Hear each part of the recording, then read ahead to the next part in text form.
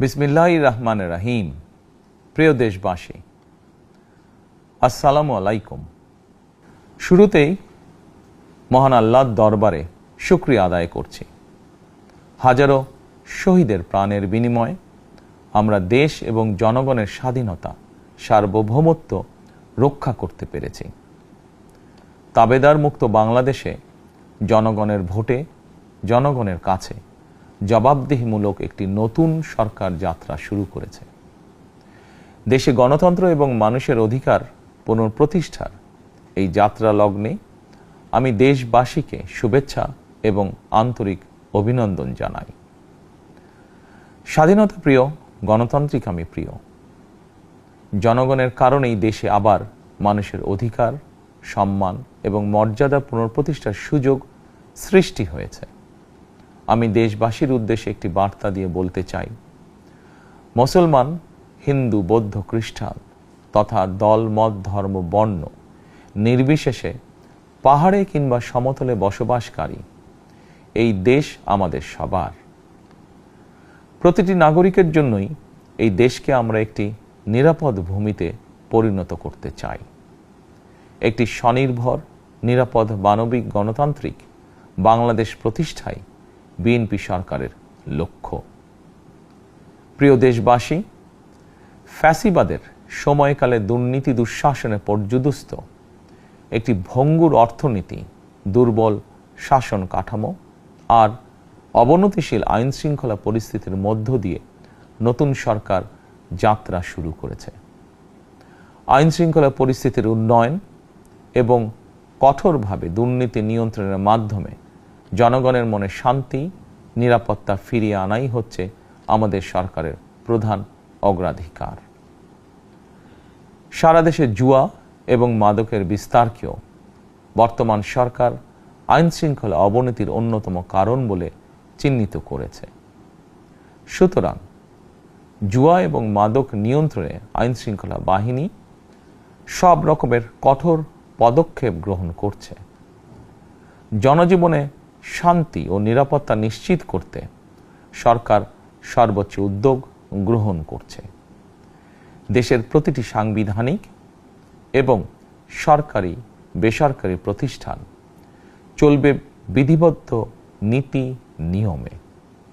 দলীয় কিংবা রাজনৈতিক প্রভাব, প্রতিপত্তি অথবা জোর জবরদস্তি নয়। আইনের শাসনই হবে রাষ্ট্র পরিচালনার শেষ কথা। প্রিয় দেশবাসী, আগামীকাল থেকে সারা দেশে শুরু হতে যাচ্ছে পবিত্র মাহে রমাদান। আমি দেশবাসীকে পবিত্র মাহে রমাদানের শুভেচ্ছা জানাই। রমাদান আত্মশুদ্ধির মাস। আমরা যদি আত্মশুদ্ধি শব্দটির মর্মার্থ উপলব্ধি করি, তাহলে এই মাসে মানুষের ভোগান্তি বাড়ার কথা নয়।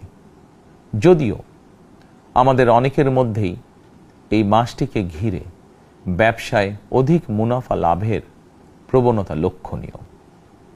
আপনাদের প্রতি আমার বিনীত আহ্বান, রমাদানের পবিত্রতা রক্ষার্থে এই মাসটিকে আপনারা ব্যবসা মুনাফা লাভের মাস হিসাবে পরিগণিত করবেন না। দ্রব্যমূল্য যাতে সাধারণ মানুষের নাগালের বাইরে না যায়, এ ব্যাপারে ব্যবসায়ীরা দয়া করে সতর্ক থাকবেন। হাজারো প্রাণের বিনিময় একটি মাফিয়া সিন্ডিকেটের পতন ঘটিয়ে রাষ্ট্র এবং সরকারের জনগণের অধিকার প্রতিষ্ঠার অঙ্গীকার নিয়েই আমরা রাষ্ট্র পরিচালনার দায়িত্ব গ্রহণ করেছি। বিএনপি সরকার সকল ক্ষেত্রেই অনাচার, অনিয়মের সকল সিন্ডিকেট ভেঙে দিতে বদ্ধপরিকর ইনশাআল্লাহ। ক্ষুদ্র, মাঝারি কিংবা ছোট বড় সকল ব্যবসায়ীদের প্রতি বর্তমান সরকারের দৃষ্টিভঙ্গি সহজ এবং স্পষ্ট। বর্তমান সরকার ব্যবসায়ী এবং ক্রেতা সাধারণ উভয় স্বার্থ রক্ষা করেই প্রয়োজনীয় পদক্ষেপ গ্রহণ করতে চায়। সুতরাং সরকারের পক্ষ থেকে কী ধরনের উদ্যোগ গ্রহণ করলে বাজার পরিস্থিতি নিয়ন্ত্রণে থাকবে কিংবা ক্রেতা বিক্রেতা উভয়েরই স্বার্থ রক্ষা হবে, এ ব্যাপারে আপনাদের যে কোনো ধরনের পরামর্শ কিংবা অভিযোগ শুনতে সরকার প্রস্তুত। ক্রেতা বিক্রেতা গ্রহীতা, এই সরকার সকলেরই সরকার। এই সরকার আপনাদেরই সরকার। আপনারাই ভোটের মাধ্যমে এই সরকারকে রাষ্ট্র পরিচালনার দায়িত্ব দিয়েছেন। আপনারাই এই সরকারের শক্তি। প্রিয় দেশবাসী, পবিত্র রমাদান মাসে রোজাদারগণ বিশেষ করে ইফতার, তারাবি, সেহরি এই সময়গুলোতে নিরবিচ্ছিন্নভাবে গ্যাস, পানি ও বিদ্যুৎ সরবরাহ পেতে চান।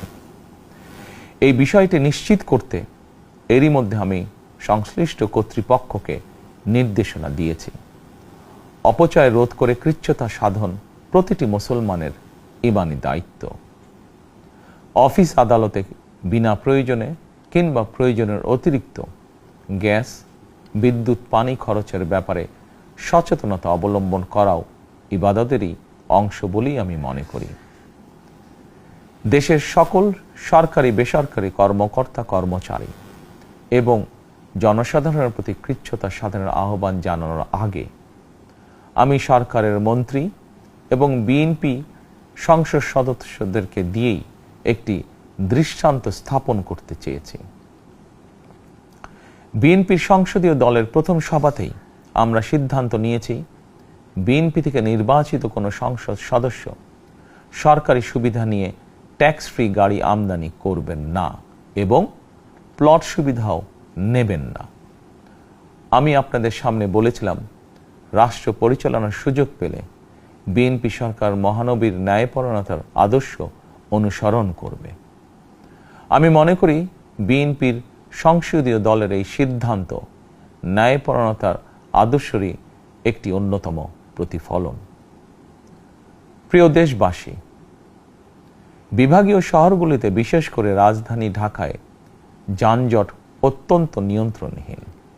হাটে মাঠে ঘাটে, অফিস আদালতে জনগণের ভোগান্তির শেষ নেই। জনজীবনের নানা ক্ষেত্রে জনদুর্ভোগ লাঘব করা না গেলে জনমনে স্বস্তিও ফিরবে না। রাজধানীতে জনসংখ্যার চাপ কমাতে বিকল্প ব্যবস্থা গ্রহণ করা জরুরি হয়ে পড়েছে। মানুষ তার নিজ জেলায় কিংবা নিজের বাসা বাড়িতে থেকেও যাতে সহজভাবে সঠিক সময়ে অফিস, আদালত, ব্যবসা বাণিজ্য করতে পারেন, সেই লক্ষ্যকে সামনে রেখেই সারা দেশে রেল যোগাযোগ ব্যবস্থা ঢেলে সাজানোর উদ্যোগ নেওয়া হচ্ছে। এই পরিকল্পনার অংশ হিসাবে প্রথমেই রেল, নৌ, সড়ক এবং সেতু মন্ত্রণালয়ের কার্যক্রম পুনর্বিন্যাস ও সমন্বয় করা হচ্ছে।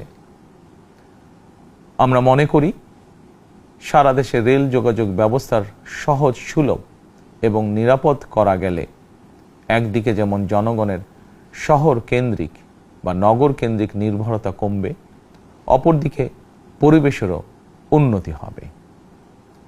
প্রিয় দেশবাসী, আমাদের চারপাশে সমস্যার শেষ নেই, তবে সমস্যার পাশাপাশি সম্ভাবনাও কিন্তু কম নয়। আমাদের বৃহৎ জনগোষ্ঠীকে যদি আমরা দক্ষ জনশক্তিতে রূপান্তরিত করতে পারি, তাহলে এই জনসংখ্যাই হবে আমাদের জনসম্পদ। আমরা নিজেদেরকে দক্ষ করে গড়ে তুলতে পারলে শুধু বাংলাদেশই নয়, বিশ্ব বাজারও আমাদের জন্য উন্মুক্ত। তথ্য প্রযুক্তির সিঁড়ি বেয়ে বিশ্ব এখন কৃত্রিম বুদ্ধিমত্তার যুগে প্রবেশ করেছে। প্রযুক্তির এই প্রতিযোগিতামূলক বিশ্বে সম্মান এবং স্বচ্ছতার সঙ্গে টিকে থাকতে হলে আমাদেরকে কোনো না কোনো একটি বিষয় বা কাজে পারদর্শী হতে হবে। দেশের কোটি কোটি শিক্ষার্থী এবং তরুণ যুবশক্তির উদ্দেশ্যে বলতে চাই, মেধায়, জ্ঞানে, বিজ্ঞানে নিজেদেরকে যোগ্য করে গড়ে তোলার জন্য যত রকমের সহযোগিতা দেওয়া যায়, সব রকমের সহযোগিতা দিতে বর্তমান সরকার প্রস্তুত। কর্মসংস্থান এবং কর্মপরিবেশ নিশ্চিত করার সুনির্দিষ্ট অঙ্গীকার নিয়ে বর্তমান সরকার যাত্রা শুরু করেছে। প্রিয় দেশবাসী, দীর্ঘ 18 বছর পর দেশে ফিরে গত বছর 25শে ডিসেম্বর আমি বলেছিলাম, দেশ এবং জনগণের জন্য আই হ্যাভ এ প্ল্যান। 12ই ফেব্রুয়ারি জাতীয় নির্বাচনের আগে দেশের বিভিন্ন স্থানে ঘুরে আমার প্ল্যান, পরিকল্পনার অনেক কিছু আমি আপনাদের সামনে তুলে ধরেছিলাম। আপনারা স্বাধীনতার ঘোষকের প্রতিষ্ঠিত দল বিএনপিকে ভোট দিয়ে রাষ্ট্র পরিচালনার দায়িত্ব দিয়েছেন, সকল পরিকল্পনা বাস্তবায়নের সুযোগ দিয়েছেন। এখন এই সুযোগকে কাজে লাগিয়ে সকল অঙ্গীকার পূরণ করার দায়িত্ব বিএনপি সরকারের। আমরা আমাদের পরিকল্পনা এবং প্রতিশ্রুতি বাস্তবায়নের কাজ শুরু করে দিয়েছি ইনশাআল্লাহ। অঙ্গীকার পূরণের এই যাত্রাপথে আমরা ভবিষ্যতের দিনগুলোতেও আপনাদের অব্যাহত সমর্থন প্রত্যাশা করি। প্রিয় দেশবাসী, সরকার প্রধান হিসাবে আমি দেশবাসীর উদ্দেশ্যে একটি বিষয়ে প্রতি দৃষ্টি আকর্ষণ করে বলতে চাই। নবগঠিত সরকার গঠনের সুযোগ দিতে যারা বিএনপিকে ভোট দিয়েছেন কিংবা দেননি অথবা কাউকেই ভোট দেননি, এই সরকারের প্রতি আপনাদের সবার সমান অধিকার। বিএনপি সরকার বিশ্বাস করে দলমত, ধর্ম, দর্শন যার যার, রাষ্ট্র সবার। এই দেশে, এই রাষ্ট্রে একজন বাংলাদেশী হিসাবে আপনার, আমার, আমাদের প্রতিটি বাংলাদেশী নাগরিকের অধিকার সমান। প্রিয় দেশবাসী, আল্লাহ আমাদের সবাইকে নিরাপদ এবং সুস্থ রাখুন। আল্লাহ আমাদের সকলকে ইতিবাচক পরিকল্পনাগুলো বাস্তবায়নের তৌফিক দিন। পবিত্র রমাদান মাস শুরুর শুভ লগ্নে আল্লাহর দরবারে এই নিবেদন রেখে আমার বক্তব্য শেষ করছি। আল্লাহ হাফেজ। বাংলাদেশ জিন্দাবাদ।